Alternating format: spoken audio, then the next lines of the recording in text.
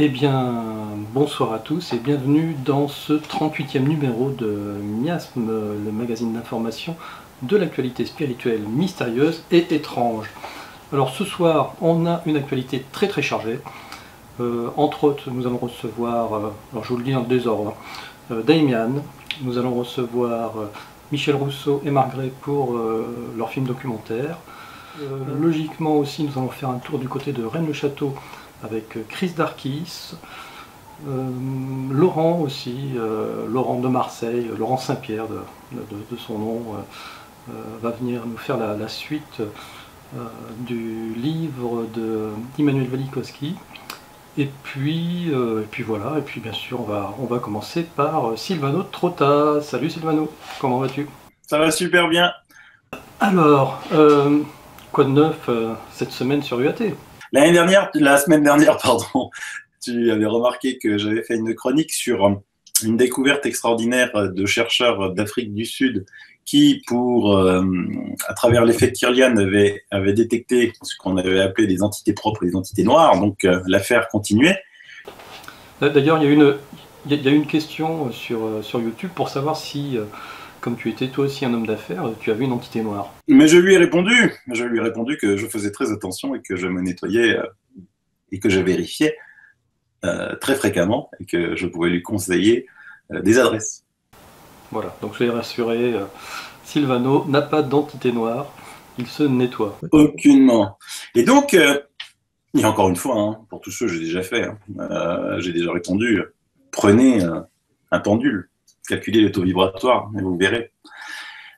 Quelqu'un qui a des entités noires vibre dans le rouge, bas, ça ne ment pas.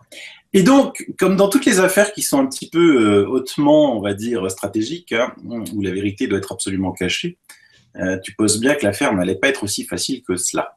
Donc, on a continué nos recherches et ces recherches sont tombées sur une impasse. Parce que figure-toi que quel est le meilleur moyen quand il y a une information qui est véridique et qui ne doit pas être divulguée et qui l'a quand même été un petit peu, eh ben, c'est de lancer des contre-feux, quoi. Et en lançant ces contre-feux et en recherchant et en les éteignant, finalement, on est atterri en Russie, où la chercheuse qui a trouvé ça n'était pas en Afrique du Sud, et c'est une Russe. Elle s'appelle Elena Smirnova, et elle a utilisé une machine d'un quelqu'un qui l'a développé sur l'effet Kirlian, qui s'appelle Mosygin, et donc qui décrit bon an mal an à 80% ce que je t'ai décrit la semaine dernière, sauf que ce serait plus des entités un petit peu plus petites, et ce qui est normal par rapport à ce que je t'avais décrit. Donc alors attends, excuse-moi Silvano, donc que je comprenne bien, ton chercheur sud-africain s'est transformé en chercheuse russe. alors ce chercheur sud-africain, figure-toi qu'en recherchant de plus en plus d'informations sur lui, on tombe sur des sites qui amènent toujours sur des sites fermés. C'est-à-dire que c'est comme si un petit peu on avait supprimé tout ce qu'il avait fait et on avait oublié dans certains moteurs de recherche, hein, alors évidemment pas les plus utilisés, mais je vous rappelle qu'il y a moult moteurs de recherche, il n'y a pas que Google dans la vie, et comme si on avait oublié d'effacer son nom dans ces moteurs de recherche, tu vois. Ouais, je vois bien. Et donc c'est ça qui nous avait induit beaucoup en erreur.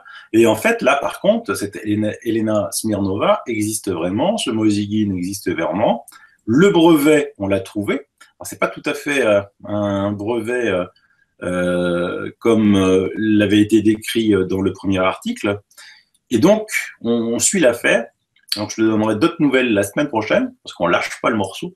Et cette fois-ci, ben, c'est toujours plus simple d'aller interviewer une chercheuse russe par le scientifique que j'ai mandaté pour le faire. D'accord. En tout cas, ce qui est intéressant dans cette démarche, c'est que vous faites une première découverte, vous fouillez, voilà, c'est ce qu'on devrait tous faire, hein. Dès que le sujet nous intéresse, c'est pas forcément prendre l'information telle qu'elle vient et aller chercher derrière cette information. Donc vous fouillez, vous apercevez que finalement il y a peut-être plein d'écrans mis exprès ou pas pour détourner l'attention, je peux dire héroïque des eaux arrangées, hein. Et au final vous tombez sur le véritable chercheur qui est une chercheuse qui est russe qui a fait cette étude. C'est tout à fait ça, Antoine. De toute façon, nous, on lâche jamais, hein, je peux te le dire. Très bien. Bon, en tout cas, c'est bien. Comme ça, tu nous tiens au courant au fur et à mesure. Bah oui, Antoine. Deuxième événement de la semaine. Il y en avait plein, alors je sais même pas lequel te choisir. Allez, on va choisir Jimmy Gueux. Tiens, Jimmy Gueux qui parlait il y a peu de temps de ces portes dimensionnelles. Les portes dimensionnelles, c'est quelque chose qui existe sur Terre et qui sont un petit peu partout. On ne sait pas exactement comment elles arrivent et comment elles partent. Donc une porte dimensionnelle, c'est quelque chose, bah, tu traverses un moment à un endroit, tu te retrouves soit dans le même endroit, mais par exemple, tu étais dans une rue, il y avait plein de monde, et puis tout d'un coup, tu te trouves dans cette même rue, mais il n'y a plus personne. Soit dans un endroit modifié, avec d'autres bâtiments, d'autres présences. Et il y a des tonnes et des tonnes de littérature sur ces portes dimensionnelles. Et nous avons eu la chance, toi et moi, d'avoir eu quelqu'un qui nous a écrit et qui nous a montré, en faisant des recherches sur une porte dimensionnelle qui est située à Marseille, dans un quartier bien connu de Marseille, dont évidemment Jimmy Gueux avait déjà parlé dans moult émissions. Donc il suffit de taper là, dans un simple moteur de recherche comme Google, Jimmy Gueux, porte dimensionnelle Marseille, pour pouvoir la trouver. Et il nous avait montré une photo panoramique avec quelque chose d'extraordinaire. C'est une sorte de Men in Black qui regardait vers l'objectif comme pour signaler je sais que tu es là, je sais que tu cherches quelque chose que tu devrais pas, et je te surveille, tu vois. Ah oui, c'est vraiment le Men in Black de Fringe. Hein. Chauve, chapeau. Tout à fait. C'est tout à fait ça. Et donc, on a décidé, Antoine, aussi, d'aller enquêter sur place. Bien. Bah, écoute, on peut même demander à Laurent, on lui en parlera, tiens, d'aller faire un tour, ça va pas être très très loin de chez nous. Oui, mais qu'il fasse attention. Ouais, pas qu'il tombe tout seul sur un Men in Black. Il va falloir prendre quelques précautions. Donc on va y aller, puis on va essayer de faire un reportage sympa, et on te le proposera en exclusivité sur Mias. C'est entendu. Donc, nouvelle affaire à suivre, mais c'est... Dans le domaine où on est, c'est que des affaires à suivre. Hein. C'est ça qui est passionnant, c'est que on a l'impression que ça n'a jamais de fin. Bien que j'ai l'impression qu'en ce moment, les choses changent, bougent énormément, que ça pulse, qu'il y a quand même pas mal de chercheurs de vérité qui sont en train de souffrir, qu'il va falloir faire bloc derrière eux. Et que cette année 2017, Antoine, je te l'annonce, et là je prends des risques assez extraordinaires parce que je sais que tu enregistres et que évidemment on va se foutre de ma gueule si jamais c'est pas réalisé en 2018-2019, on va dire qu'est-ce qu'il racontait le Sylvano. Mais je la sens bien cette année. Au pire, tu feras plaisir à tes copains des mêmes. Hein. Qui m'ont fait un beau cadeau. Ils m'ont fait un beau cadeau les mêmes. Hein, puisqu'ils ont fêté leur 10 millième membre et ils ont fait une affiche de l'année 2016 et j'ai l'insigne honneur d'être au centre et en grand de cette affiche. Hein. Plus le temps passe, plus je les aime, mes petits mèmes. Et un coucou au passage. Alors, un dernier petit sujet, si tu veux. Un petit sujet qui a choqué beaucoup de monde. J'ai publié cette semaine une longue interview d'une autre lanceuse d'alerte qui s'appelle Carla Turner, très connue aux États-Unis, très peu en France, qui est mort d'un cancer fulgurant.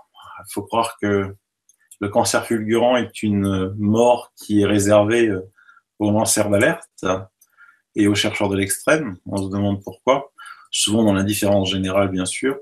Et Carla Turner est une spécialiste. C'est d'abord une universitaire avec un doctorat, donc c'est pas n'importe qui, dans un domaine qui n'est pas du tout scientifique, puisqu'elle était plutôt dans le domaine littéraire et philosophique, mais qui, comme des millions de gens, bien que certains pensent que c'est de la science-fiction, a été abductée.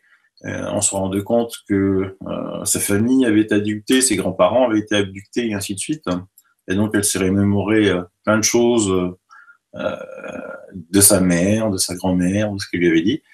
Et elle a fait beaucoup de recherches et sur une réalité qui est évidemment complètement cachée par les médias mainstream et, on va dire, à la limite, c'est normal, mais par la majorité des ufologues tôt les boulons, sur l'atrocité des abductions reptiliennes. Et l'article, évidemment, était cru, hein, quand même, c'est assez cru, c'est comme dans les détails, c'est un petit peu comme l'article que j'avais fait paraître du chaman Credo Mutua d'Afrique. C'est pas des choses dont je mets un warning, hein, âme sensible, s'abstenir, surtout le matin, ou surtout le soir, je veux dire, pardon, avant d'aller se coucher. Souvent, on fait des films, mais je pense que le pire des films d'horreur, à côté, ça passe pour quelque chose de très gentil à côté. Voilà, Antoine. Bon, bah, écoute, je te remercie Sylvano, et puis on en profite pour recevoir immédiatement Damian qui vient de se connecter. Salut Damian. Salut Antoine, salut Sylviano. Salut Damian. Bon, ça nous fait super plaisir de te voir là en 2017, ce début d'année 2017 sur la chaîne. C'est partagé. Alors, t'es où en ce moment? En ce moment, je suis en région parisienne et j'ai pas encore l'intention de repartir de suite. Il y a pas mal de choses à faire pour le film, pas mal de promos, et puis on a une belle tournée de conférences du 20 février au 10 mars qui va débuter. Et après, je pense que je vais repartir à la découverte de nouveaux endroits, de nouvelles énigmes, j'espère. Voilà. Tu sais déjà où? Ouais, je sais déjà où. Donc ça va. Ouais, ça va être, je pense, en Russie. Ah oui? Ouais. Super. Je visais l'Iran, et puis ce qui se passe, c'est que l'Iran, il y a énormément de choses à faire et puis à voir.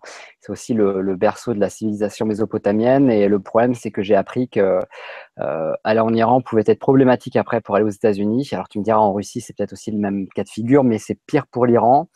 Et du coup, vu que j'ai l'intention de me rendre potentiellement aux États-Unis, on va dire, pour des besoins peut-être éventuels, j'ai bien éventuel d'un autre documentaire, d'un autre film, s'il n'y a rien qui est confirmé encore, ça pourrait me poser problème en fait. Oui, bien sûr. Donc voilà, donc je vise la Russie, puis la Russie m'attire beaucoup plus dans le sens où, comme pour l'Iran, il y a pas mal de sites encore qui ont été très peu explorés, on a très peu de vidéos là-dessus. Et là, mon objectif, ça va être de ramener de la vidéo, de l'information, voilà, que les internautes pourront, comme d'habitude, commenter et se joindront à moi aussi pour partager leurs opinions. C'est un excellent choix, si tu veux mon avis. Oui.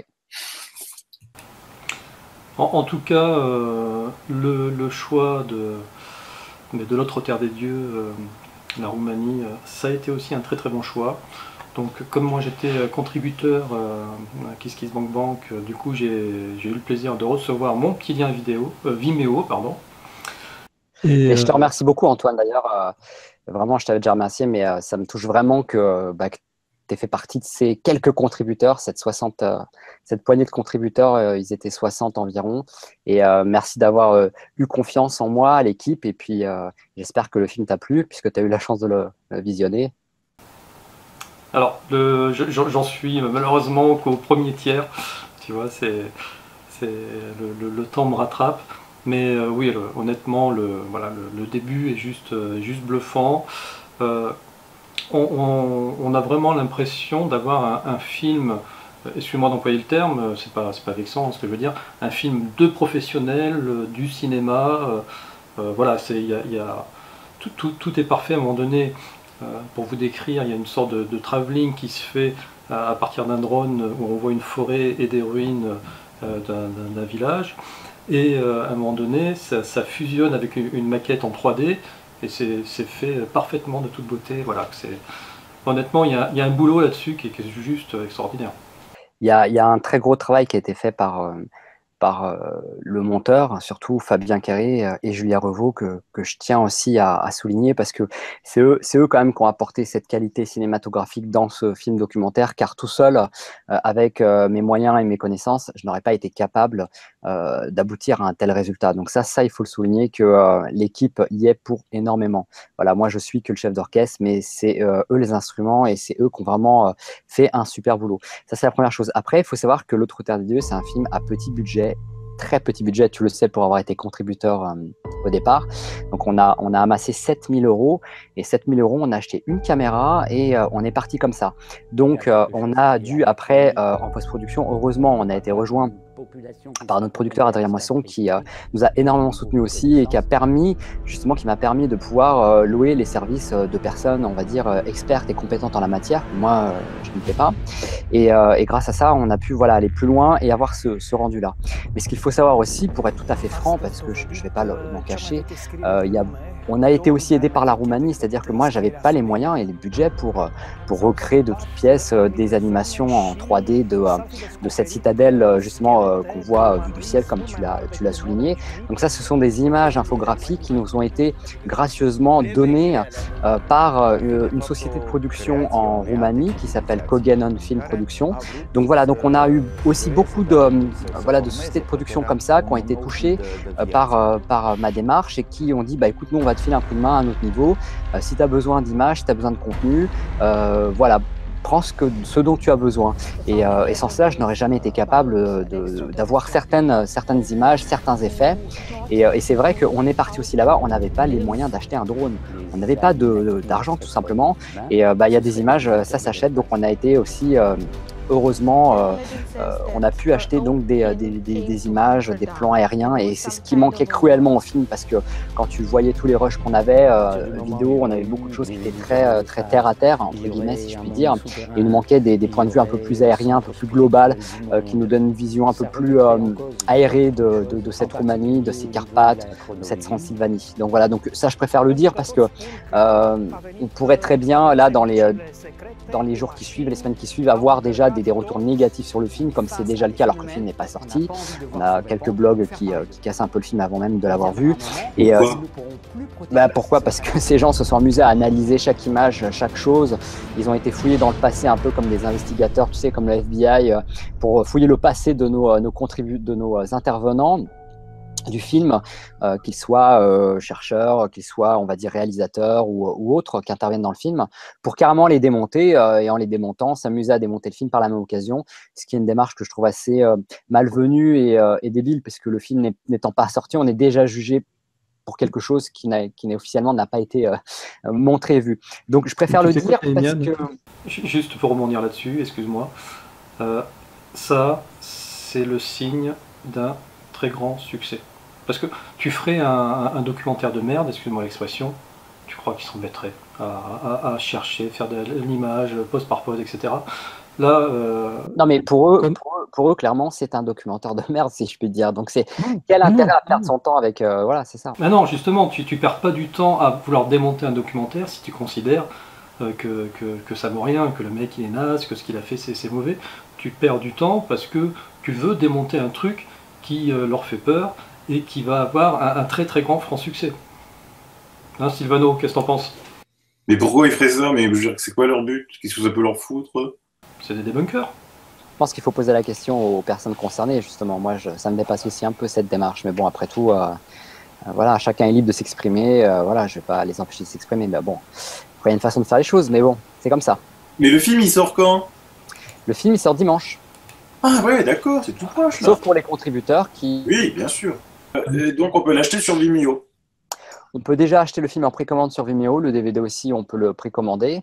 Et voilà, donc là, les DVD sont arrivés, on est très contents. Les livres aussi, puisque j'ai pour l'occasion écrit un petit ouvrage sur le film pour revenir en détail sur chacune de ses découvertes et rentrer plus en profondeur sur des sujets qui sont malheureusement un peu survolés dans le film, ce qui est un peu normal parce que en 1h40, on peut pas rentrer non plus, on peut pas faire un débat sur chaque sujet parce que ça mériterait de faire un film pour chaque sujet.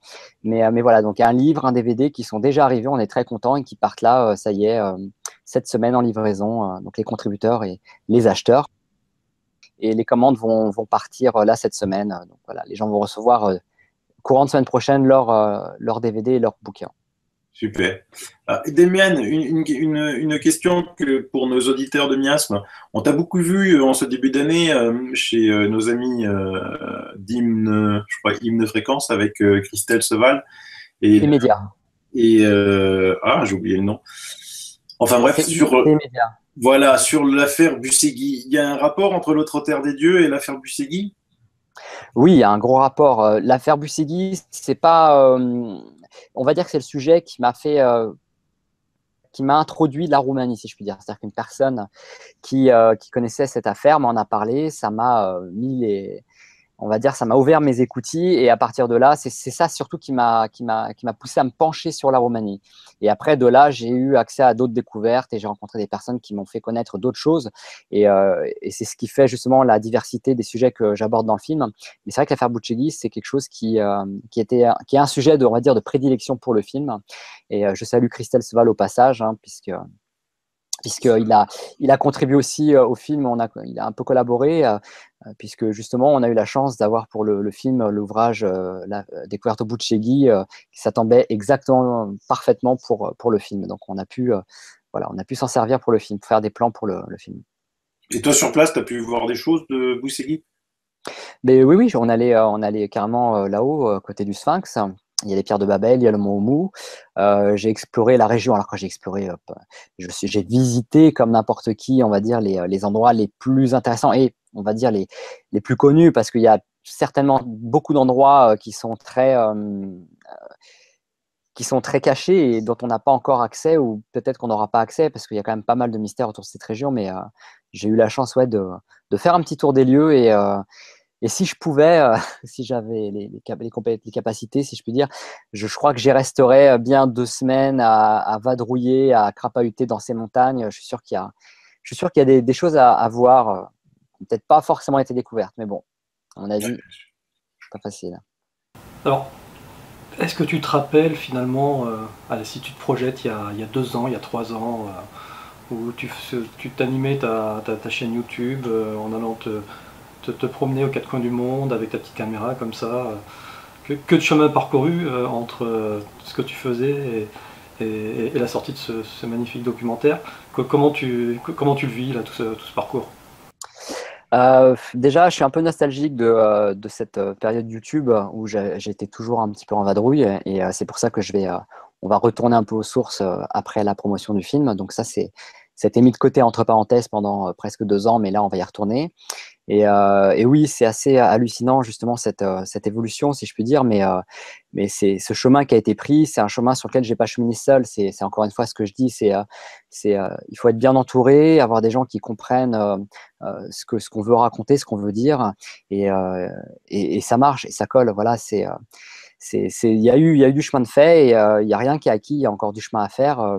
Je sais pas ce que je vais faire après l'autre Terre des Dieux. J'ai des envies de faire des films documentaires, mais voilà, on va voir. J'ai pas envie non plus d'enchaîner, de faire des films pour faire des films. Il faut vraiment que j'ai un coup de cœur. Il faut que le genre envahisse la chandelle. Il faut que voilà, il faut que je sois séduit aussi par un sujet en particulier.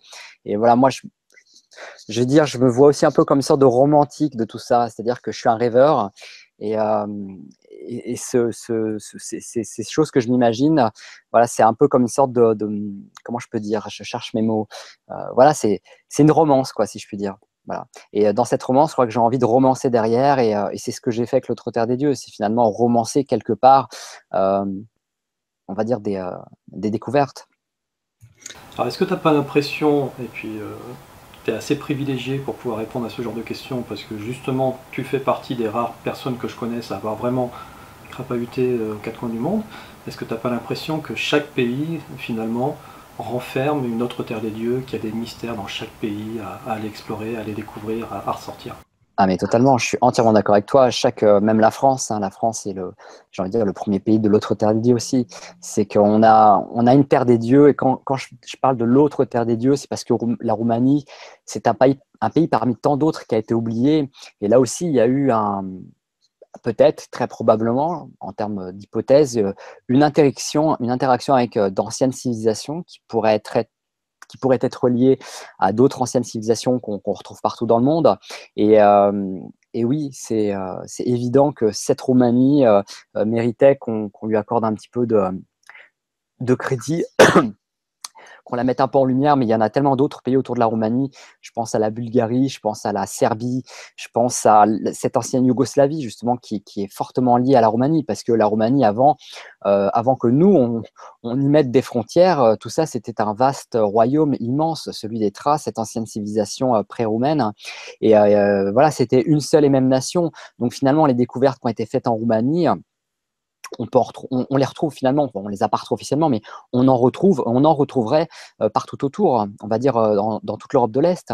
Et justement, je pense que ce qui est intéressant, ce qui va être intéressant aussi maintenant pour les personnes qui aiment ce genre de sujet, qui cherchent un peu, comme moi, c'est de s'intéresser justement à des petits pays qui font pas trop parler d'eux, et aller justement creuser là-bas, de ce côté là-bas où justement on n'a pas encore été, il n'y a pas de budget archéologique qui ont été attribués à la recherche là-bas. Et là, je pense qu'en suivant ce chemin, ce fil des mythes et des légendes propres à chacun de ces petits pays, on va remonter une piste qui probablement nous permettra de trouver des corrélations avec les découvertes faites en Roumanie et d'autres découvertes partout dans le monde. Oui, tout à fait. Aujourd'hui, on a l'impression que les chercheurs de vérité, entre guillemets, ils sont en France, en Italie, en Angleterre, aux États-Unis, peut-être en Russie un peu, mais dans ces petits pays-là, on n'en entend jamais parler. Il doit y en avoir des chercheurs de vérité, et voilà, et c'est vrai que le nouvel Eldorado de cette recherche d'anciens artefacts, de vérité ancienne, ça va se faire dans ces pays-là. Ouais. C'est intéressant ce terme chercheur de vérité, on l'entend beaucoup en ce moment. Il est pleinement accepté, embrassé, ou parfois il est totalement rejeté par l'opposition, si je puis dire. Mais quand on parle de vérité, effectivement, comme tu le soulignes, c'est bien de souligner le mot artefact, parce qu'un artefact qu'on retrouve comme ça, qui met en lumière une civilisation, une écriture ou peu importe, un savoir, et qu'on ne connaît pas, dont on n'a pas entendu parler, pour moi, ça fait partie d'une vérité. C'est une vérité justement qui fait partie de cette amnésie de choses qu'on a oubliées. Et c'est important de le souligner, parce que là, en l'occurrence, dans le film, bon, bah, les 20 premières minutes sont toujours en accès sur la chaîne de BTLV. Et on aborde dans ces 20 premières minutes la découverte des tablettes de Sinaïa qui sont rejetées, décriées, qui sont, on va dire, mais vraiment les personnes qui accordent de la crédibilité à ces tablettes de Sinaïa sont vraiment traitées de la pire façon par les archéologues et les historiens. Et pourtant, on a une vérité là-bas. Ces tablettes, elles sont là, on peut pas les nier, on peut pas les faire disparaître. Et, Et quels sont leurs arguments pour les dénigrer? Alors, il faut voir les 20 premières minutes pour ça. D'accord. Non, je vais te le dire tout simplement, c'est qu'en fait, ces tablettes de Sinaïa, elles sont, pour moi, c'est un trésor, on va dire, du patrimoine pour la Roumanie et pour l'humanité, parce qu'elles mettent en avant trois écritures totalement différentes. Alors, tu as une forme de grec ancien, et les deux autres, c'est des écritures totalement inconnues qui n'ont jamais été vues nulle part ailleurs sur Terre. Donc, quand je dis qui n'ont jamais été vues, qui n'ont pas été vues parce que peut-être d'autres découvertes restent à faire, et que beaucoup de tablettes, d'autres tablettes, ou peut-être des structures, des sites sont encore enterrés sous nos pieds. Mais du coup, le fait que ces écritures n'aient été vues nulle part ailleurs dans le monde, eh ben, on dit que c'est pas vrai, que c'est de la bêtise, que c'est un canular, c'est une fraude, que ça ne peut pas être vrai. Voilà. Donc voilà les arguments des archéologues. Ouais, ça fait penser, tu sais, aux fameuses pierres de Glosel qui avaient été retrouvées en France, où là aussi on a des écritures complètement inédites que certains attribuent à la civilisation atlantéenne. Donc on est peut-être dans la même... Alors, en fait, le truc, c'est que les historiens, les archéologues, ils ne rejettent pas le fait qu'on ait des écritures. On ne va pas dire des écritures, parce que pour dire écriture, il faut pouvoir prouver que c'est une écriture. Parce que ça, pour beaucoup de chercheurs, quand on trouve des tablettes comme celle de Glosel ou comme celle de Tartaria dans le film, je ne sais pas si tu es allé jusqu'à Tartaria, je ne pense pas. Justement, Tartaria, les tablettes de Tartaria sont très significatives et très proches des tablettes de Glosel. Et pareil, en fait, on a tout de suite rejeté l'idée d'une écriture, donc d'une forme intelligente, enfin d'une civilisation intelligente qui aurait eu une écriture à un moment bien avant Sumer. Et du coup, bah, on attribue ça tout simplement à des décorations, des motifs, des dessins, des idéogrammes, des choses comme ça. Alors du coup, c'est comme ça qu'on s'est rejeté de cette façon-là, tu vois. On rejette pas forcément le fait que ces tablettes soient vraies, mais bon, d'un côté, tu as ceux qui disent que ces tablettes sont totalement fausses, qu'elles ont été faites à la main et qu'un mec ça se serait amusé à les glisser dans un tombeau, etc. Chose, on n'y croit pas trop. Et puis d'un autre côté, bon, la raison la plus logique pour eux, c'est de dire, bah non, en fait, ce ne sont pas des écritures, ce sont juste des symboles, des dessins, et l'histoire, elle s'arrête là. Pourtant, voilà, les gens qui regarderont le film Notre Terre des Dieux, ils verront que ces tablettes ont été elles-mêmes étudiées pendant plusieurs années par des linguistes, des personnes vraiment calées en la matière, que je cite dans le film. Et ces personnes sont formelles sur la nature des symboles qui apparaissent dessus. Ce ne sont pas des symboles, c'est bien une écriture. Et ils arrivent à traduire?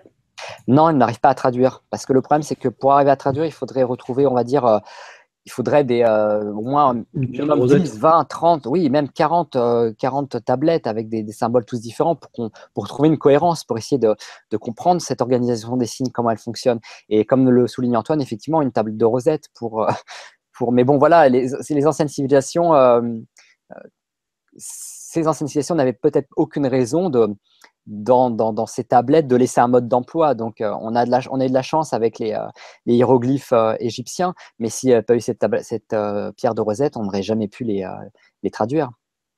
C'est sûr. De même que pour les symboles sumérs. Ok. Donc voilà, si vous voulez en savoir plus, vous pouvez acquérir dès aujourd'hui, hein, parce que Miasma numéro 38 va sortir à peu près en même temps que le documentaire de Damian. Donc c'est sur Vimeo, c'est à quel tarif, Damian? Alors la VOD est à 6,90, donc c'est un film en Full HD qui est très accessible, à un petit prix, surtout que les gens l'achètent une fois et ils l'ont à vie, donc ils peuvent le regarder quand ils veulent sur leur ordinateur, sur la tablette, sur la télévision s'ils ont une box internet. On a le DVD qui est à 14,90. Voilà, le DVD qui sera livré dès la semaine prochaine. Et puis on a aussi le livre de l'autre Terre des Dieux que je suis fier de vous présenter. Voilà, donc fraîchement arrivé, un bel ouvrage de 280 pages qui revient sur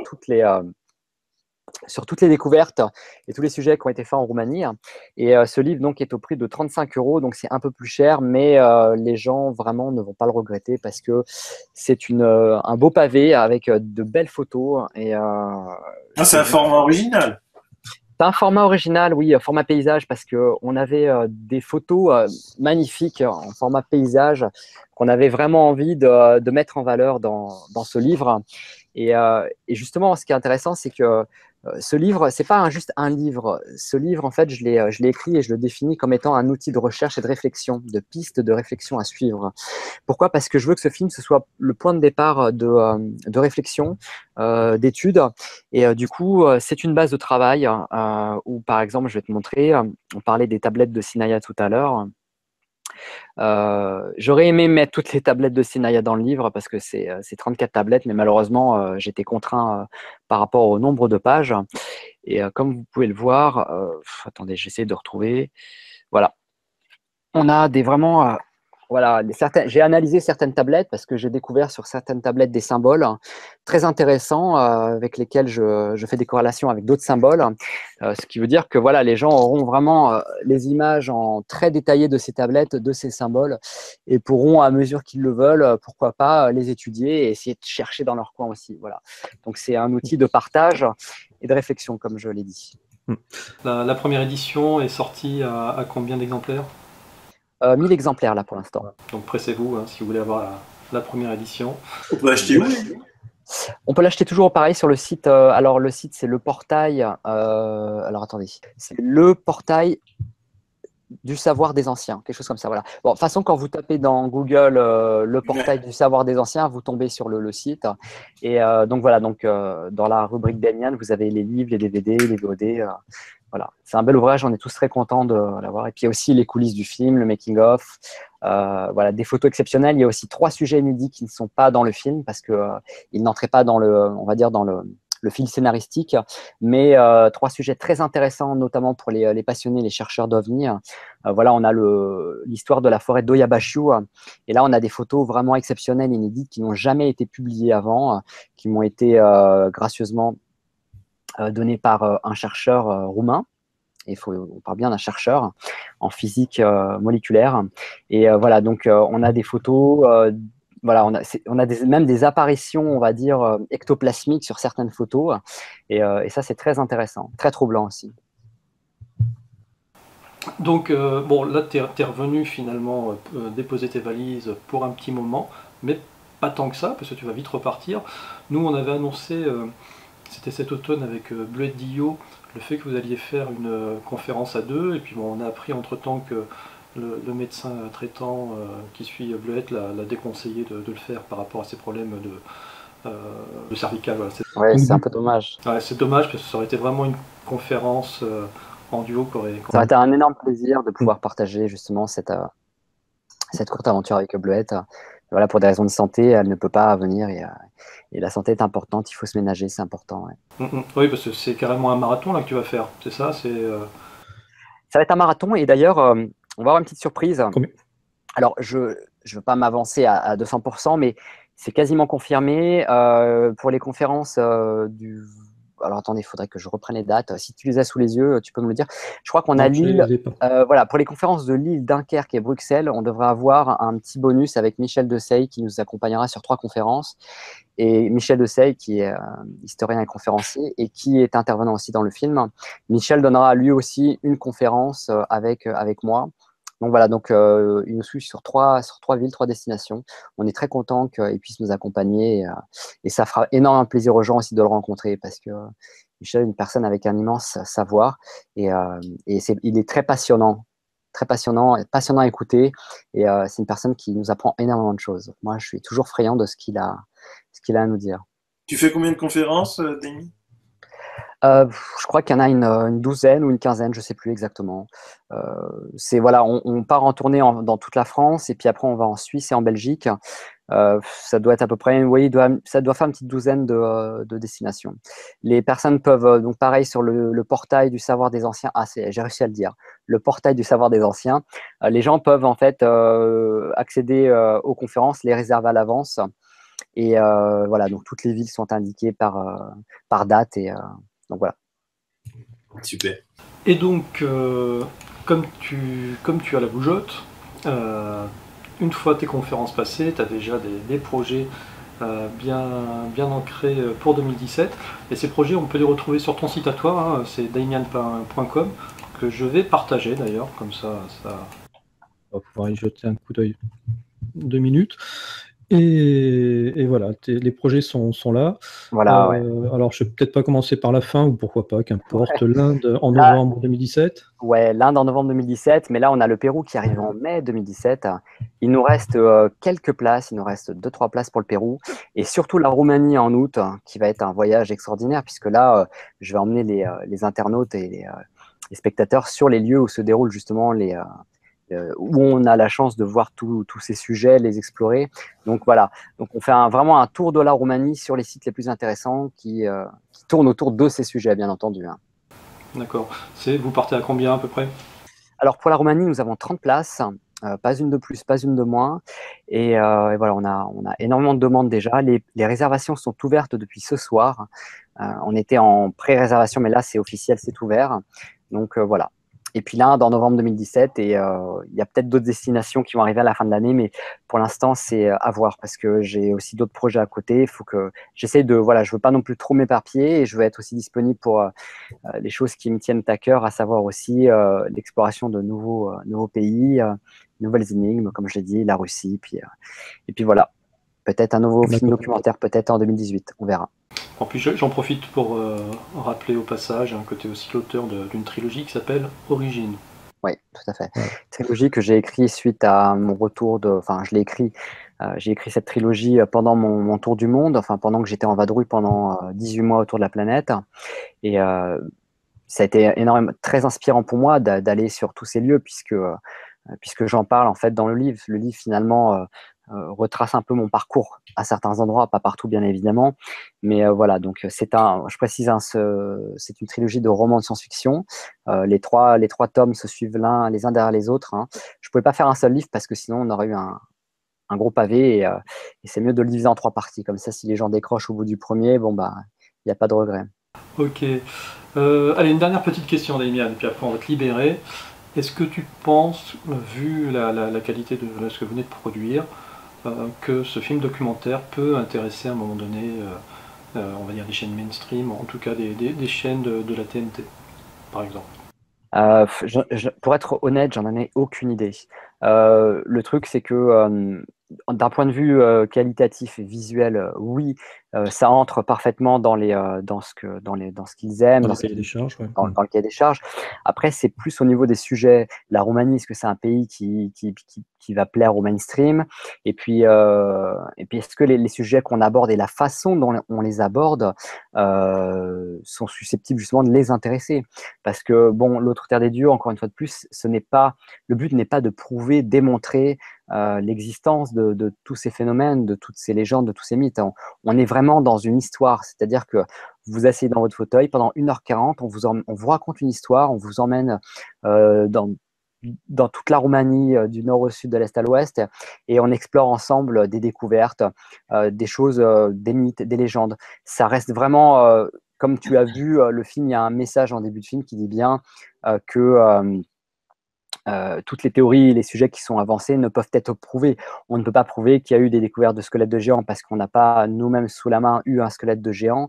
Voilà, on ne peut pas prouver qu'il y a eu des divinités venues du ciel extraterrestre comme les Roumains le prétendent parce qu'on ne les a pas vues et puis parce qu'on a rien de concret. Donc on raconte l'histoire quelque part et derrière cette histoire, il faut voir si il y a plus qu'un mythe ou si ça mérite justement d'être creusé plus en profondeur. Voilà. C'est une histoire qu'on raconte et c'est surtout une découverte. C'est un voyage initiatique et énigmatique en terre inconnue pour le coup. La Roumanie qui est la terre des... Tu sais, tous ces squelettes géants qui ont été découverts un petit peu, qu'on voit des photos partout. Toutes ces photos-là, j'avais entendu dire que tu avais dit qu'il y avait eu un concours qui avait été fait en Roumanie. C'était un truc Photoshop, ou je sais pas trop quoi, ou l'équivalent en montage.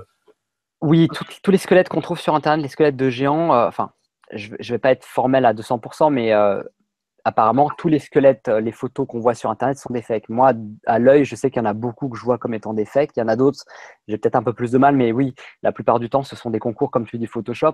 Et d'ailleurs, dans le livre, je reviens sur cet épisode des squelettes de géants, puisque je raconte vraiment la jeunesse de ce projet et ma rencontre avec un ministre en Roumanie et son conseiller, qui m'ont confirmé vraiment que la plupart des photos sur Internet, et même la majorité, étaient fausses, c'était des canulars, des fakes. Mais parce que eux avaient vu justement des vraies photos de squelettes de géants. Donc ils m'ont officieusement confirmé qu'il y avait bien des squelettes de géants qui avaient été trouvés en Roumanie, mais qu'officiellement il n'y avait aucune photo sur Internet qui n'était vraie. Voilà. Et quand ils en parlaient, ils disaient que c'était la même taille que ce qu'on voit en photo fausse.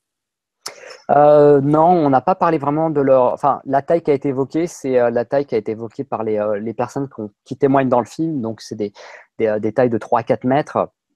Mais on n'a pas parlé vraiment de la taille avec le ministre. Mais c'est vrai que sur Internet, tu vois des photos où bon, tu as des grands squelettes, puis des fois, tu as des trucs énormes, des têtes qui font peut-être 3 mètres de diamètre, c'est un peu gros. Mais bon, voilà. Je rebondis là-dessus. Après tout, il faut rester ouvert parce que ce qu'on n'a pas vu, ce qu'on n'a pas découvert, je veux dire, il y a peut-être des choses encore qui restent à voir. Et si on s'en tient aux découvertes de Thierry Jamin qui ont été faites récemment, découverte pour lequel je crois vraiment sincèrement, je crois en la sincérité de cet homme et je crois aussi aux démarches qu'ils ont effectuées autour de ces artefacts. Il y aurait eu une trouvaille d'une main de 1,20 m, une main de 1,20 m, je ne sais pas si vous imaginez, c'est exceptionnel. Je veux dire, si demain on démocratise et qu'on reconnaît, on certifie l'authenticité de ces découvertes, je crois que j'aurais personnellement, moi, eu réponse à toutes mes questions et que ma quête, elle sera peut-être terminée. Je pense que je ferai autre chose, quoi. D'ailleurs, petite info sur cette fameuse main dont tu as parlé de Thierry Jamin sur Nuria TV il n'y a pas longtemps.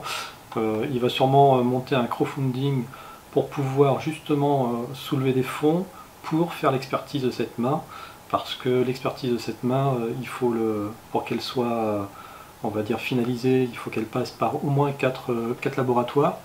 Et le coût de chaque expertise, c'est un coût qui est faramineux. Je crois que c'est 6 ou 8 000 euros. Ouais, c'est entre 6 et 8 000 euros, c'est ce qu'il disait à Thierry, oui. C'est un coût faramineux, et je suis personnellement impatient qu'il puisse lancer cette opération. Je serai le premier à la soutenir du mieux que je peux dans mes contacts, et j'y contribuerai financièrement, personnellement, parce que voilà, c'est une quête dans laquelle toute personne qui s'intéresse à tout ce qui nous fait rêver, nous-mêmes, vous et moi, se doit d'être et de s'investir. Là, pour le coup, on a du concret. Et là, je pense qu'il faut aller jusqu'au bout. Et il faut le soutenir du mieux qu'on peut, Thierry Jamin. Il va en avoir besoin à tous les niveaux. Tout à fait. Donc, de toute manière, dès qu'il sort son crowdfunding, sa place sera le bienvenu ici pour pouvoir en parler tous ensemble de ce projet, parce que c'est un projet qu'on soutiendra. Voilà. Alors, en tout cas, Damien, nous on a été très contents de te recevoir ce soir, très contents finalement de voir que ben, les sites de crowdfunding comme KissKissBankBank, comme Ulule, etc., ce sont des sites quand même qui ont une certaine utilité, je dirais presque même d'utilité publique, parce que sans ça, jamais tu aurais été là-bas. Jamais tu aurais pu avoir cette impulsion, même si après tu as eu de l'aide par ailleurs, mais voilà, jamais ça t'aurait donné, tu aurais pu partir là-bas sans ça. Et d'ailleurs, moi, à ce moment-là, quand le film, moi, j'ai commencé à me pencher sur le film, je m'étais pas tout de suite, on va dire, décidé pour un crowdfunding. J'avais même pas entendu parler de crowdfunding, j'avais entendu parler de plateforme participative, mais j'ignorais vraiment comment ça fonctionnait. Et c'est grâce à Céline Willard qui nous a suivis sur le début du site et Nicolas Coelho qui m'ont parlé justement de plateforme participative. Et là, j'ai eu un peu du mal, j'étais frileux, je disais demander de l'argent aux gens pour faire un film, c'est embêtant, etc. Mais finalement, c'est un bon compromis et je pense que les contributeurs, les premiers, sont contents d'y avoir participé parce que le résultat est, je pense et j'espère, au-dessus de leurs attentes. Et voilà. J'en profite aussi, Antoine, pour parler justement des projections privées du film qui auront lieu à Paris le 18 janvier à 19h30. Donc, c'est une entrée gratuite. La réservation se fait sur le plateforme du Savoir des Anciens. Le portail du Savoir des Anciens, pardon. Voilà, donc chacun est libre de venir s'inscrire. Et on fait aussi une autre projection privée à Marseille et à Bordeaux et à Lyon. Alors, Bordeaux, je ne pourrais pas y être physiquement, mais par contre, je serai à celle de Lyon le 22 janvier. Voilà, donc 19h30 pour toutes ces villes. Les informations sur le site. Et voilà, suivi des petits échanges, des petits débats, des questions. Voilà. C'est une très bonne initiative. Bravo. Merci. Bon, bah écoute, encore une fois, merci pour tout. Tu reviens vraiment quand tu veux. Voilà, et vraiment bonne chance en 2017 pour tous ces projets. Merci à vous deux. Je vous souhaite une excellente soirée. Bonne chance, bonne année. Allez, bonne année. Salut. Ciao. Ciao. Merci, salut. Bon, Sylvano, allez, on va enchaîner avant l'arrivée de Michel et de Marc Gray avec l'agenda de la semaine prochaine. On a, en tout cas, j'ai relevé un événement à ne pas louper pour ceux qui seraient dans le sud de la France, du côté de Rennes-le-Château. Ça s'appelle Conférence Béranger-Saunière, sa vie, son héritage. Bah oui, parce que c'est son centenaire. Voilà. Et ça se passe donc le samedi 21 janvier à 14h30 dans la salle de la Capitelle à Rennes-le-Château. Et on va recevoir immédiatement Chris Darkis qui va venir nous parler un peu plus de cet événement. Bonsoir Chris Darkis. Bonsoir Antoine. Écoute, ça nous fait plaisir de te recevoir sur Miasme TV, mais pour parler d'un événement qui ne va pas se reproduire tous les jours. Hein. Il s'agit du centenaire de la mort de la Bessonnière à Rennes-le-Château. Oui, en effet, la Bessonnière est décédée le 22 janvier 1917. Voilà. Et donc, en commémoration de cette date qui était importante, le week-end du 21 et 22 janvier, il y a un week-end d'animation autour de ce thème, autour de la Bessonnière. Est-ce que tu peux nous en dire plus ? Oui, tout à fait, parce que chaque année, il y a une réunion de chercheurs qui a lieu le 17 janvier à Rennes-le-Château.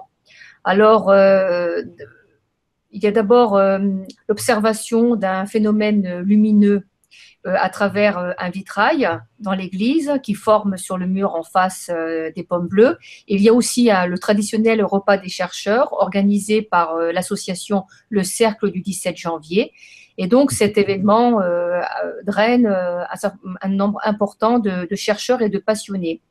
Et cette année, nous sommes plusieurs partenaires à avoir pensé que comme c'était le 100e anniversaire de la mort de la Bessonnière et qu'en plus, ça avait lieu un un dimanche, qu'on ne pouvait pas manquer cette occasion unique. Voilà.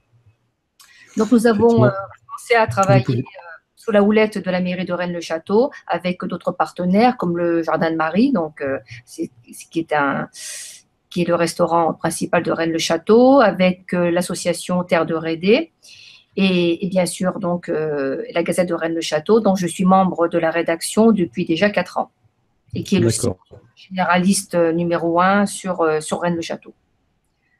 Ok. Alors c'est vrai qu'on a attaqué directement bille en tête sur l'événement, mais j'aurais pu te présenter 2 secondes à nos spectateurs. Toi, tu es auteur, Chris, hein? Tout à fait. D'ailleurs, Antoine, tu es le premier qui m'a contacté. C'était donc il y a 2 ou 3 ans, je ne m'en rappelle plus. Maintenant, le temps passe vite.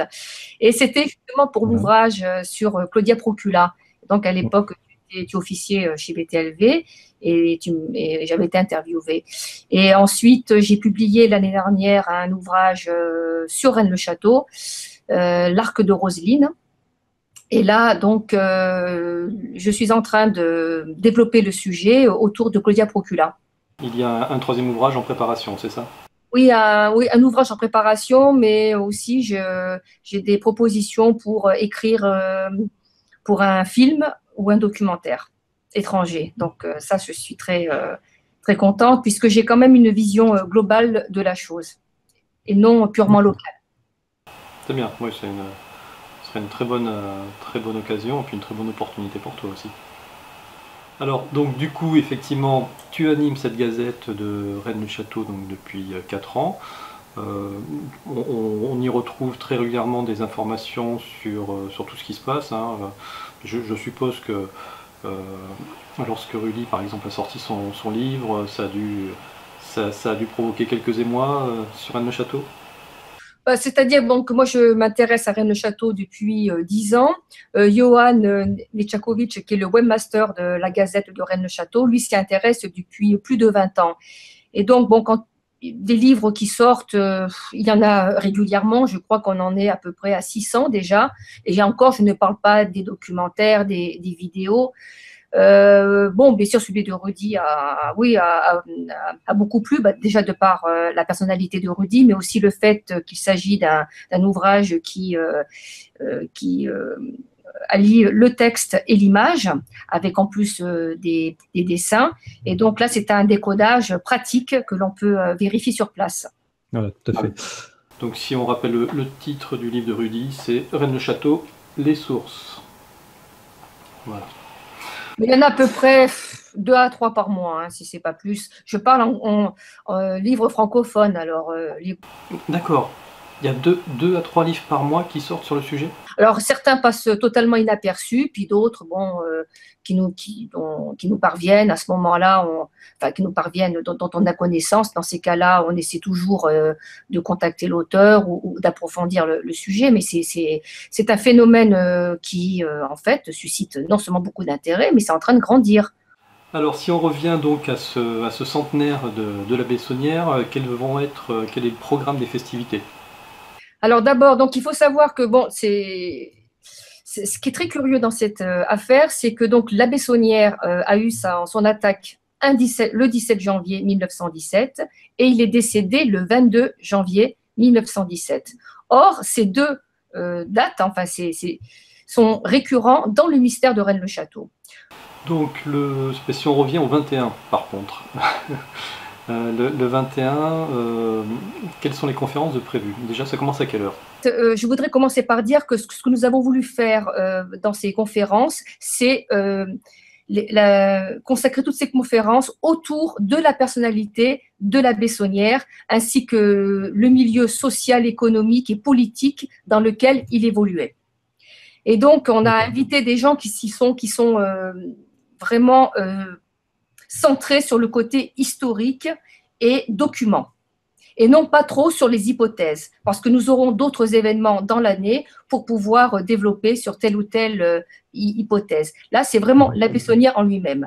Donc, nous avons convié le fils d'un ancien maire, donc Monsieur Germain Blandelmas, qui va évoquer la vie dans le village pendant les années 40 et jusqu'à 60. Et il parlera également de la découverte d'un crâne percé qui a été trouvé dans le domaine, et donc qui est disparu pendant un certain nombre d'années, et puis qui est de nouveau retourné dans le musée. Et donc, il a écrit un ouvrage à ce sujet. Il y aura également Jean Brunelin, qui est un photographe professionnel qui a travaillé pour Paris Match et l'agence Gamma. Et donc, lui, il a des clichés vraiment d'époque. C'est-à-dire, au départ, lorsqu'il est arrivé dans les années 50 sur Rennes-le-Château. Et donc, c'est très intéressant d'avoir ces clichés, puisque beaucoup de transformations et de rénovations ont eu lieu ensuite. Et donc, c'est important, comme une enquête, d'avoir les éléments de départ, c'est-à-dire qui sont authentiques, qui ont été voulus par la Bessonnière, et ça permet de comprendre ce qu'il a vraiment voulu faire. Ouais, effectivement. Ensuite, il y a Christian Doumergue, bon, écrivain bien connu, qui va présenter de brèves conférences sur Béranger Saunière et le cercle catholique de Narbonne, parce qu'il faut savoir que les premières donations de la Bessonnière émanent de la ville de Narbonne et de certains cercles monarchistes. Ensuite, il va évoquer Béranger Saunière et ses relations avec le milieu parisien, notamment artistique. Donc, il s'agira du peintre Mucha, dont on trouve un tableau dans la tour Magdala, et ainsi que peut-être ses relations supposées avec une cantatrice très connue de l'époque, Emma Calvé.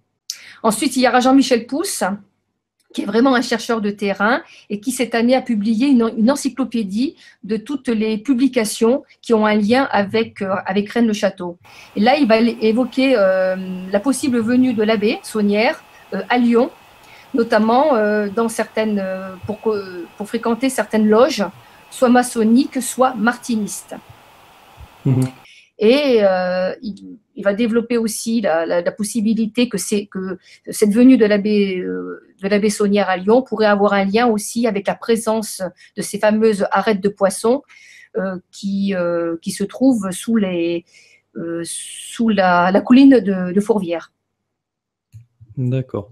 D'ailleurs, un livre qui évoque aussi ces arêtes de poissons, c'est celui de Walid Nazim.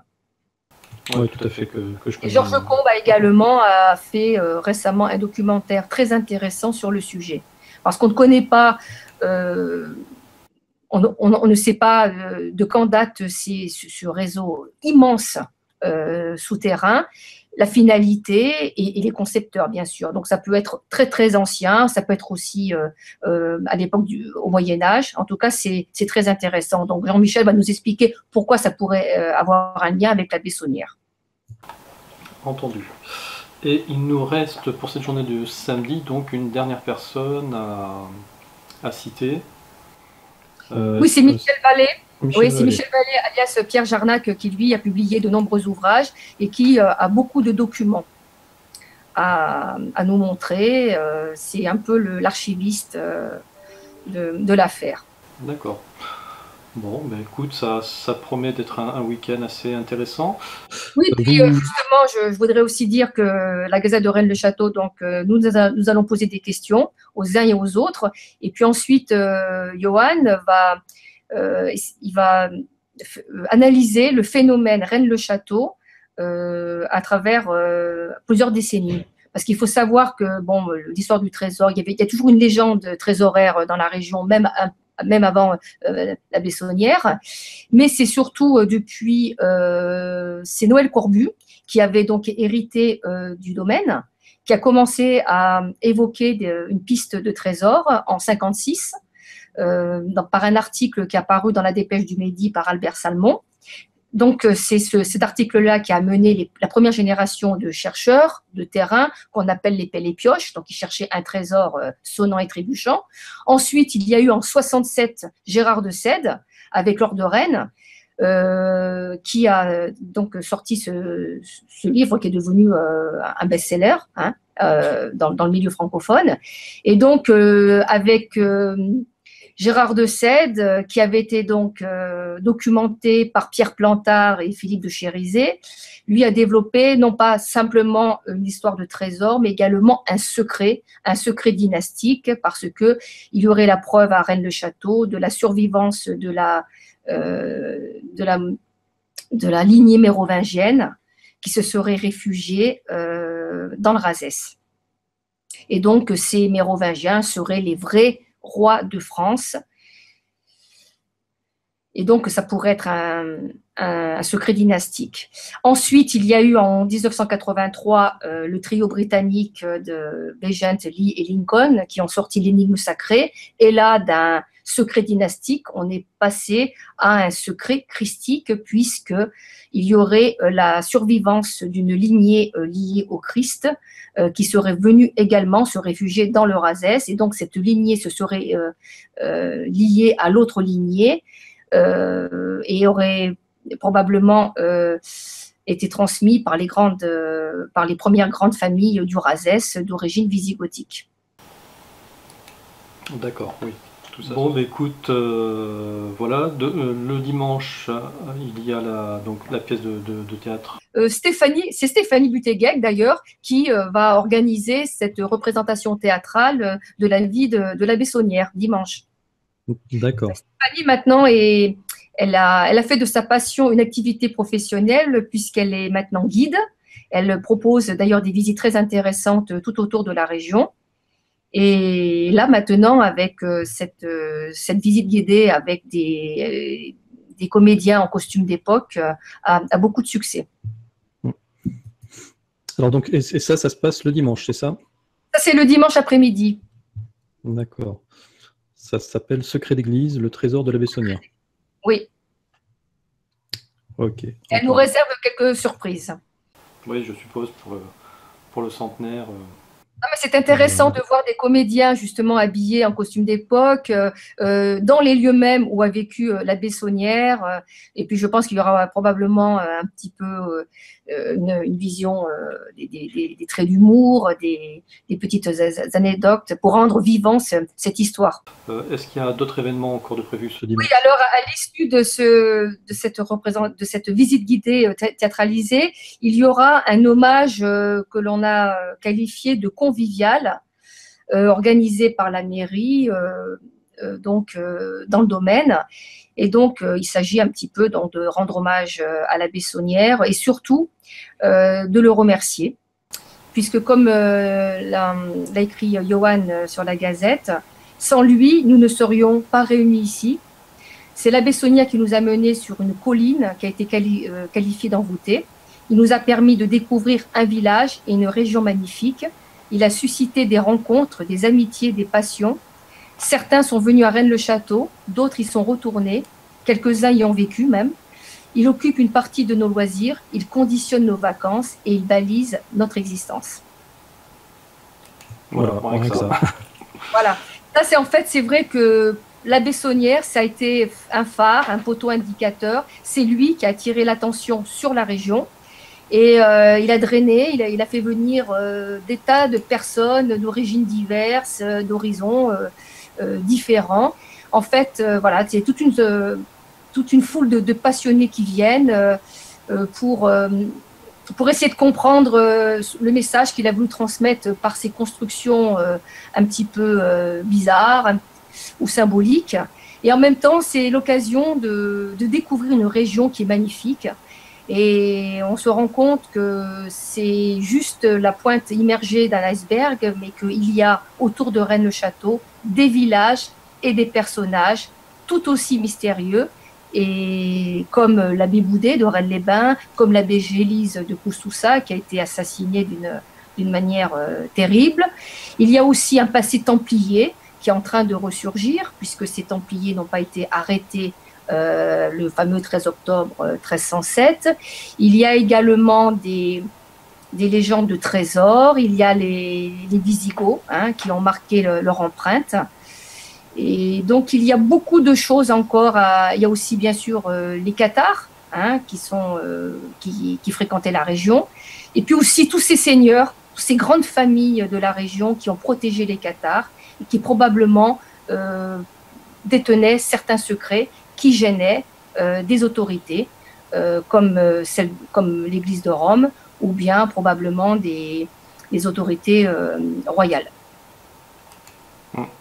Oui, non, c'est vrai que c'est une région qui est extrêmement riche, qui a fait rêver beaucoup, qui a fait beaucoup couler d'encre, comme on l'a dit tout à l'heure, et qui, à mon avis, c'est pas encore fini. avis à tous les chercheurs. D'un point de vue pratico-pratique, donc si on veut participer à ce week-end, comment est-ce qu'on fait pour réserver sa place?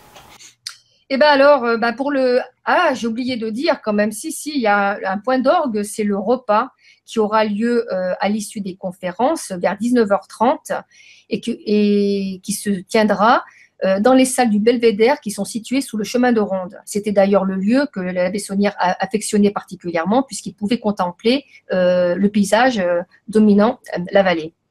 Et donc, ce repas a été complet très rapidement. Donc, je pense… Donc, pour le repas, c'est les fini.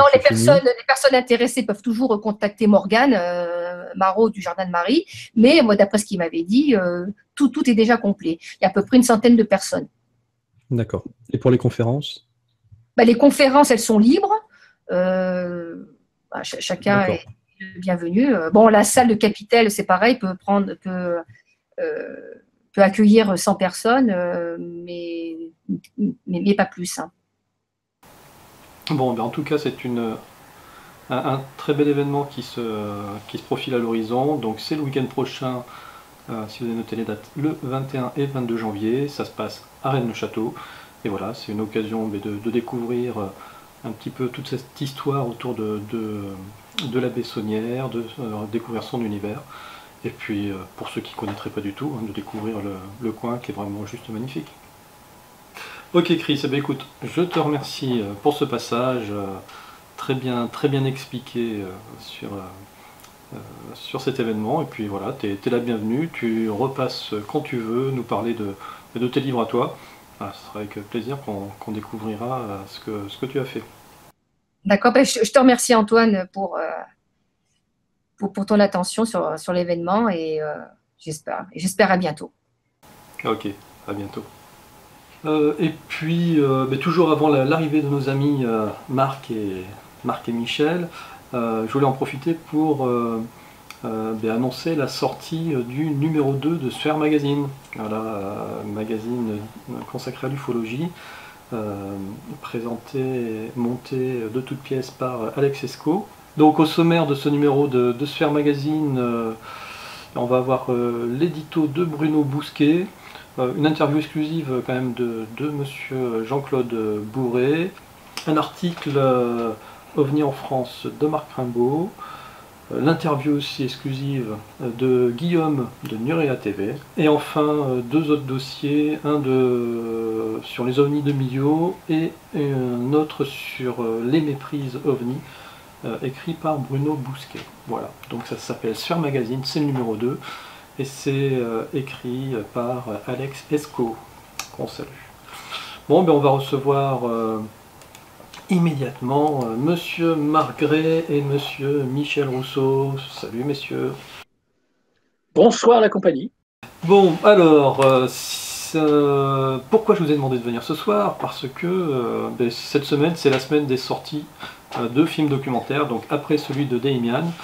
Ou avant, ça sera à vous de décider, vous allez avoir celui de Michel Rousseau et en collaboration avec Margret sur les traces des gardiens de la matrice. Ça sort quand, Michel? On vient de créer l'événement avec Marc, ça sort mardi soir à 18h. Waouh! Alors il parle de quoi Alors l'idée originale vient de Marc. Parce qu'on devait se voir en novembre, donc on s'est vu, et puis il m'a dit ça serait cool qu'on revisite ensemble les lieux de tournage des Gardiens de la Matrice, et puis qu'on fasse quelque chose avec. Je dis bah ouais, pourquoi pas. Et puis du coup on s'est rendu sur certains lieux pour mieux expliquer le film, parce qu'il y avait des passages qui méritaient certaines petites explications. Et puis, de fil en aiguille, en fait, tout s'est emballé et puis on s'est rendu compte qu'on pouvait vraiment fournir beaucoup plus de matière que ce qu'on pensait. Et c'est pour ça que donc on est allé sur différents lieux du Vaucluse au début. Et puis après, on s'est intéressé au plateau d'Albion qui est évoqué dans le film. Et puis, de fil en aiguille, on a réussi à avoir… déjà de se rendre dans les souterrains d'Albion. On a reçu une autorisation spéciale, Marc et moi, pour visiter ces lieux. Et puis ensuite, on a pu contacter 3 témoins trois militaires qui étaient à différentes époques au plateau d'Albion et qui vont donc témoigner de choses incroyables. Voilà. Ah ouais, c'est génial. Tout se recoupe en fait entre ces trois personnes qui ne se connaissent absolument pas et qui ont tous les trois servi à Albion. Et C'est pourquoi assez extraordinaire. comment ça se fait qu'ils ne se connaissaient pas? Bah, parce qu'ils n'étaient pas là à la même époque. D'accord. Parce que il y en a un qui date du début des années 80, il y en a un qui date de 1987 et il y en a un qui date du début des années 2000. Voilà, Et exactement. sans tuer les vérités les secrets du film, vous avez fait comment pour les trouver? Ah Ah, alors là, on a différentes. Enfin, moi, Marc a eu ses propres sources et moi, j'ai eu mes propres sources. Après, on va pas rentrer dans les Ah, détails parce que justement, on voudrait garder l'anonymat des personnes. Mais bien vous sûr. allez voir que ce sont des témoignages vraiment sérieux. C'est pas du bobard. C'est vraiment, vous allez voir que c'est vraiment des témoignages qui sont très étayés, avec beaucoup de descriptions. Donc on sait que ce sont des personnes de confiance qui étaient là-bas parce que de la manière dont ils parlent en détail, on sait que c'est pas du blabla, c'est pas inventé quoi. Donc pour les personnes qui vont voir le documentaire et qui se disent oh ils ont créé ça de toutes pièces parce que c'est vrai que avec le matériel qu'on a, on peut très bien inventer des témoignages. Je le dis de suite avec Marc, on n'a rien inventé du tout. Donc de toute façon, vous allez le constater par vous-même quand vous écouterez les interviews que c'est du vrai. La principale résultante de ce documentaire, en fait, sur les traces des gardiens de la matrice, c'est pas seulement un making-of du film, donc comme l'a dit Michel, on est allé si loin dans les dossiers sensibles que tous les ufologues ou pseudo-ufologues en France qui sont hyper sceptiques et qui disent tout se passe à l'étranger, en Angleterre ou en Australie, etc., très loin, entre la collaboration, les visites de bases militaires, de bases nucléaires, des militaires et autres, ne se font qu'à l'étranger et c'est de la science-fiction, eh bien, ils vont s'apercevoir que ça se passe en France, également chez nous, et on est bien positionné dans le top 3, 4 des nations qui reçoivent de la visite sur leur base militaire. Oui, en fait, vous avez été pris un peu à votre propre piège. C'est-à-dire qu'à la base, c'était vraiment le making-of du film que vous vouliez faire. Et puis soudain, ça s'est enchaîné. Les témoins qui devaient juste donner un peu on va dire, de volume au film, Les Gardiens de la Matrice, c'est juste devenu des véritables témoins clés sur les étrangetés de la base d'Albion. Allez, pour en citer qu'une seule, c'est ce qui arrive aux chiens, hein, les maîtres chiens qui découvrent que leurs chiens sont en train de crever et ils meurent d'ailleurs de façon extrêmement bizarre, par exemple. Oui, alors ces témoignages-là, on les a vus depuis les années 80, 90 avec Jimmy Dieu et autres, et aussi sur différents sites. Et il y a des gens qui ont déjà témoigné. Là, on a une confirmation que ça s'est bien passé de deux sources différentes. Hein, et également, ce qui est important, c'est que je pense que ça n'a pas été un hasard, Michel, je ne sais pas si tu peux me contredire ou pas, qu'on ait passé 1h30 à 2 heures un soir de la superlune devant le grillage du plateau d'Albion, devant les grandes antennes, à discutailler Oui. pendant 1h30 et puis là, c'était quand même très fort. Et toi, tu as ressenti des choses. Ce qui est incroyable, c'est que tout s'est enchaîné en fait. C'est qu'on ne s'attendait vraiment pas à faire ce documentaire, comme on disait, voilà, on voulait vraiment faire quelque chose en rapport avec les gardiens de la matrice. Et on va voir qu'au fur et à mesure du documentaire, ça bascule. Donc le point commun en fait de tout ça, au début, c'était s'intéresser aux fréquences. Donc les fréquences qui sont naturelles, donc sur des lieux, par exemple les dolmens, sur qu'est-ce qu'on a fait d'autre? On a fait une source miraculeuse. Et puis s'intéresser aussi à la DGSE, au souterrain qu'il y a, tout ce pôle en fait qui est à Albion, parce que c'est un pôle qui est énorme, vous allez le découvrir, c'est un pôle qui est vraiment énorme.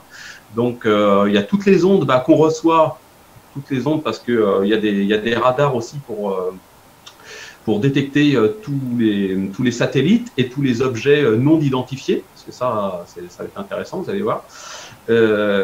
Donc voilà, le point commun de tous ces lieux, en fait, c'était les fréquences naturelles ou celles créées par l'homme. Et vous allez voir qu'il y a aussi les fréquences utilisées par d'autres forces extérieures. Voilà, et on a des témoignages choc là-dessus. C'est génial. Et alors, ce documentaire, ça sera quoi? Ça sera un Vimeo, ça sera un film, ça sera payant, ça sera quoi? Ça sera gratuit. Ça Punaise, sera sur génial. YouTube. Ça Fantastique. sera sur YouTube à 18h mardi. Tu as fait un teaser, Michel? Ben, vous savez quoi, le teaser, messieurs, le voilà.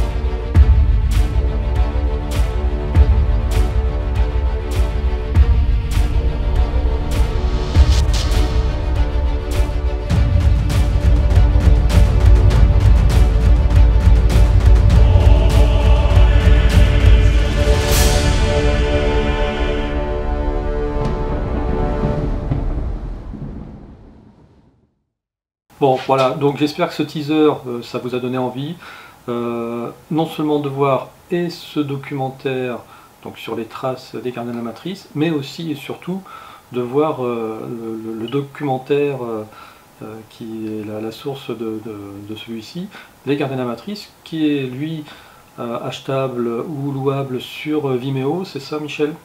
Je t'entends très mal, donc si Marc peut répondre, parce que j'entends très très mal, ça coupe. Oui, il est en ligne sur Vimeo. Tu veux dire les gardiens de la matrice, le film? Le film. Oui, oui, bien sûr. Ouais. Et puis moi je dis, ben Marc, t'as voulu dire bonjour, faire un coucou à Michel, et puis vous avez fait un super documentaire, va lui faire coucou plus souvent.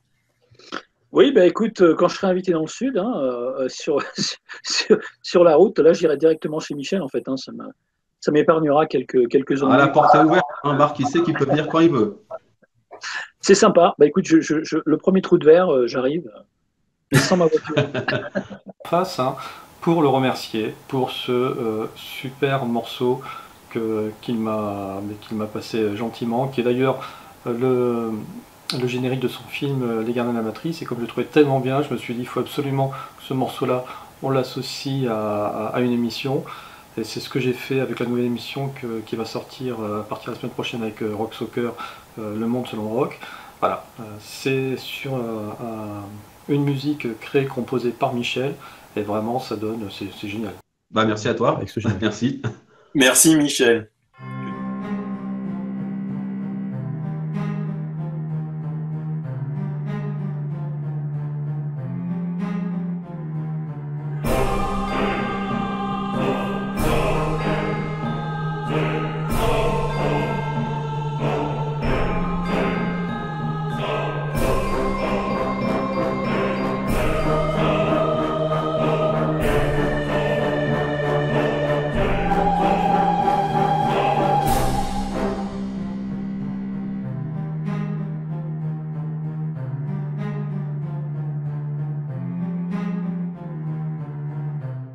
Alors, on va passer maintenant à l'actu de Monsieur Gray, si vous le voulez, parce que il s'arrête jamais, et on arrive déjà la semaine prochaine à ton prochain Dîner OVNI, Marc. Alors oui, donc le prochain et le premier Dîner OVNI de 2017 accueillera sur place un ufologue accompli qui a passé des décennies comme enquêteur, auteur, qui a contribué au magazine Les Lumières dans la nuit, Lumière dans la nuit, et qui a contribué aussi à plusieurs livres, dont OVNI en France, et a enquêté sur à peu près une soixantaine de cas, un peu plus de 60 cas de rencontres avec des ovnis, et surtout des rencontres rapprochées. Donc pour lui, les abductions sont, comme pour moi, une des clés, et en tout cas le sujet principal de l'ufologie, et non pas les petites lumières thaïlandaises ou les lampadaires ou les lanternes. C'est un retraité de l'éducation nationale, Gérard Deforges, qui va nous venir directement à Rouen de Gisors. Il était venu nous voir à l'époque, à mes tout débuts, pour nous parler de ses enquêtes sur Aravilliers. Et là, il va nous parler de plusieurs enquêtes, donc un petit medley de ses meilleures enquêtes au fil des années. Et le clou de la soirée sera effectivement aussi, en deuxième partie, ses découvertes sur Busségui. Et oui, voilà, donc une base extraterrestre, l'histoire de l'humanité. Vous commencez peut-être sûrement à connaître ce mystère du Busségui en Roumanie. Il a eu la chance de participer comme correcteur au livre, hein, et au livre donc Découverte au Busségui. Et aussi la suite qui vient d'être publiée, qui s'appelle Le mystère égyptien, Découverte au Busségui. Et il va nous parler de certaines révélations. Pour lui, on n'en est qu'au 2/5 des révélations avec ses 2 premiers livres. Et ça va certainement pour lui progressivement jouer un rôle majeur dans les transformations de toutes les facettes de notre civilisation, de notre société. Parce que ça relève des origines de notre humanité, de l'existence réelle de notre gouvernement de l'ombre, dont je n'arrête pas de parler depuis des années d'ailleurs. Et puis les preuves sont clairement identifiables dans ce livre. Donc il va nous parler de tout ça, de tout ce qu'il a bouleversé dans cette traduction. Ok. On est au Busségui et effectivement, voici les 2 livres, hein, les 2 livres en question. Le premier là, Découverte au Busségui, et Département 0, qui est un secteur, c'est le département X-Files, des services secrets roumains. Alors, les Roumains qui n'ont pas envoyé le premier homme sur la Lune ont quand même un service secret qui s'occupe des X-Files. Donc, au cas où les Français, encore sceptiques, douteraient que la 3e ou 4e puissance armée mondiale n'aurait pas un service secret, un département 0, eh bien, messieurs, regardez les gardiens sur les traces des gardiens de la matrice mardi soir, vous avez tout comprendre. C'est bien le premier homme sur la Lune. T'as dit quoi? J'ai pas compris ce qu'il a dit. Le premier homme sur la Lune. Ah, le premier Rome. Ça y est, j'ai compris. Ah, ben voilà. Ah non, mais il faut démarrer au quart de tour en 2017. Voilà. Ouais, t'avais pas pris comme bonne résolution d'arrêter les blagues à 2 balles pour 2017. Non, je suis passé au 3e niveau, là. C'est les blagues à 3 balles, là c'est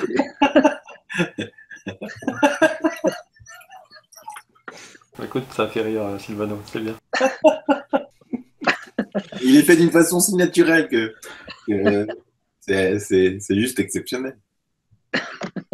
Charles Beaufort, c'est un plaisir de l'avoir parce que ça va vous prouver encore une fois que certains ufologues classiques de la grande tradition ufologique française ne sont pas du tout coincés dans une boîte à pensée et que parmi eux, il y en a qui sont très ouverts d'esprit et qui vont beaucoup plus loin dans la divulgation et qui rejoignent certaines de mes thèses et de mes recherches. Donc moi, ça me conforte dans mon cheminement parce que je me dis qu'après tout, si des ufologues confirmés de l'ancienne école comme Gérard peuvent me rejoindre sur beaucoup de choses, c'est que je suis sur la bonne voie. Donc tant mieux. Et j'espère continuer à déranger. Ne t'inquiète pas de déranger les soi-disant ufologues qui se bombardent d'ufologues et qui sont rien du tout. Oui, qui sont eux-mêmes dérangés. Hein. Mais, Oui, c'est ça. Bon, Marc, donc ça se passe samedi combien? 21, voilà, à Rouen. Et pour réserver, vous allez sur le site de Marc. Freedom UFO. Ou alors vous allez sur la page événements Facebook et vous avez même le menu, donc vous pouvez me le donner directement, vos choix de menu d'ici jeudi prochain. Et donc je vous réserve une petite table. Voilà. Ensuite, Marc, est-ce que tu as des émissions prévues? Oui, il y en a une dans 2 semaines, le mardi 24. C'est avec Eileen Hall sur le projet Camelot TV, sur la web TV du projet Camelot. C'est la fille de l'explorateur Stanley Hall, qui n'est plus des nôtres depuis un bout de temps, et elle va nous parler de beaucoup de choses, normalement, et notamment les recherches qu'avait fait son père sur les anciennes civilisations, parce qu'il avait exploré les grottes de Taïos en Amérique latine, avait découvert notamment des artefacts qui semblaient une sorte de bibliothèque je crois en cristal, or et argent, dans ces fameuses grottes, dont avait revendu les artefacts aux Indiens le père Crespi. Je ne sais pas si vous avez entendu parler de cette histoire, c'était passé dans Ancien Alien, enfin Alien Theory. Et lui, on a ramené des méthodes de guérison par le son, et donc par les fréquences et le son, et elle développe ça de son côté en Écosse, et donc elle va nous parler de toute cette panoplie de guérison avec ces anciens rituels des anciennes civilisations, donc ça va être passionnant aussi. Ah oui, ça promet. Oui. Voilà. On se dirige là-dessus entre Michel, Et puis, mon émission avec le projet Camelot, on a un fil conducteur que vous allez tout de suite repérer, hein. Les fréquences, les sons, etc. Et tu as aussi bientôt en ligne la traduction en français de ta précédente interview avec l'Autrichienne. Oui, effectivement, la précédente interview qui était très intense, très chargée émotionnellement sur les réseaux d'abus rituels sataniques, pédophiles et autres, reliés à tout ce gouvernement occulte qui se protège les uns des autres. Mais par contre, ces affaires sortent, mais ils ne sont pas forcément jugés à la hauteur de leurs méfaits, et bien, ou punis d'ailleurs. En tout cas, c'était une des interviews les plus chargées que j'ai fait depuis le début, hein. J'ai parlé plein de choses complètement folles, mais alors là, celle-ci était très dramatique. Et en tout cas, la traduction allemande, les sous-titres sont présents sur le site du projet Camelot. C'est Andrea elle-même qui les a fait. Les transcripts en allemand sont présents, donc j'attends la version française. Elle est en train de faire la transcription en anglais, donc voilà, pour ceux qui veulent lire plutôt que écouter, en tout cas pour les malentendants. Et puis ceux qui n'ont pas bien compris notre anglais, entre mon accent et le sien, donc voilà. Ok. C'est important, c'est d'utilité publique, je pense. Non, mais c'est d'ailleurs pour ça que cette émission, tu t'en profites pour la traduire, ce qui n'est pas forcément le cas de toutes les autres émissions, ce qui est d'ailleurs dommage, hein. Ah, c'est du boulot, hein. Ouais, C'est du boulot. Ah ouais, c'est sûr. Enfin, mais tu as une dernière émission, on a une dernière émission ensemble, donc qui va sortir fin janvier. Ça sera la première émission consacrée à l'ufologie sur Miasme TV et qui va sortir fin janvier pour fêter l'ouverture de Miasme TV sur Tipeee. Voilà, on en reparlera le moment venu. Cette émission va s'appeler « Et si on parlait vraiment d'ufologie ?»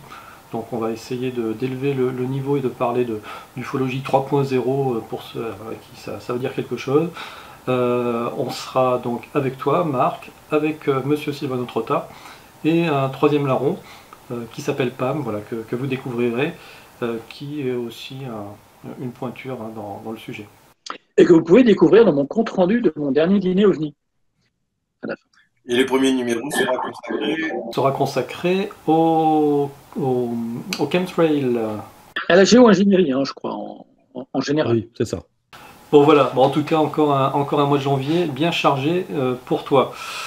Bon donc on rappelle, hein, si vous voulez apprécier ces 2 mois de travail intensif, ça se passe, la date de sortie mardi 17 à 17h, c'est ça ? 18h. À 18h, d'accord. Bon, en tout cas, je vous remercie pour ce passage.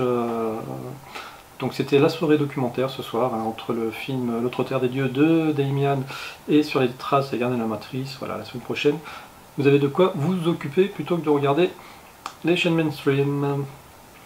Bon, Marc, Michel, bonne soirée. Bonne soirée, merci. Bon mois de janvier, à bientôt. Merci. À bientôt. À bientôt. Bye, Marc. Bye bye, Michel. Ciao, ciao. Merci. Donc ce soir, nous accueillons en deuxième semaine, comme nous vous l'avions annoncé, Laurent Saint-Pierre qui va venir vous parler de la suite d'Immanuel Velikovsky, Les grands bouleversements terrestres. Voilà, que voici. Donc, bonsoir Laurent.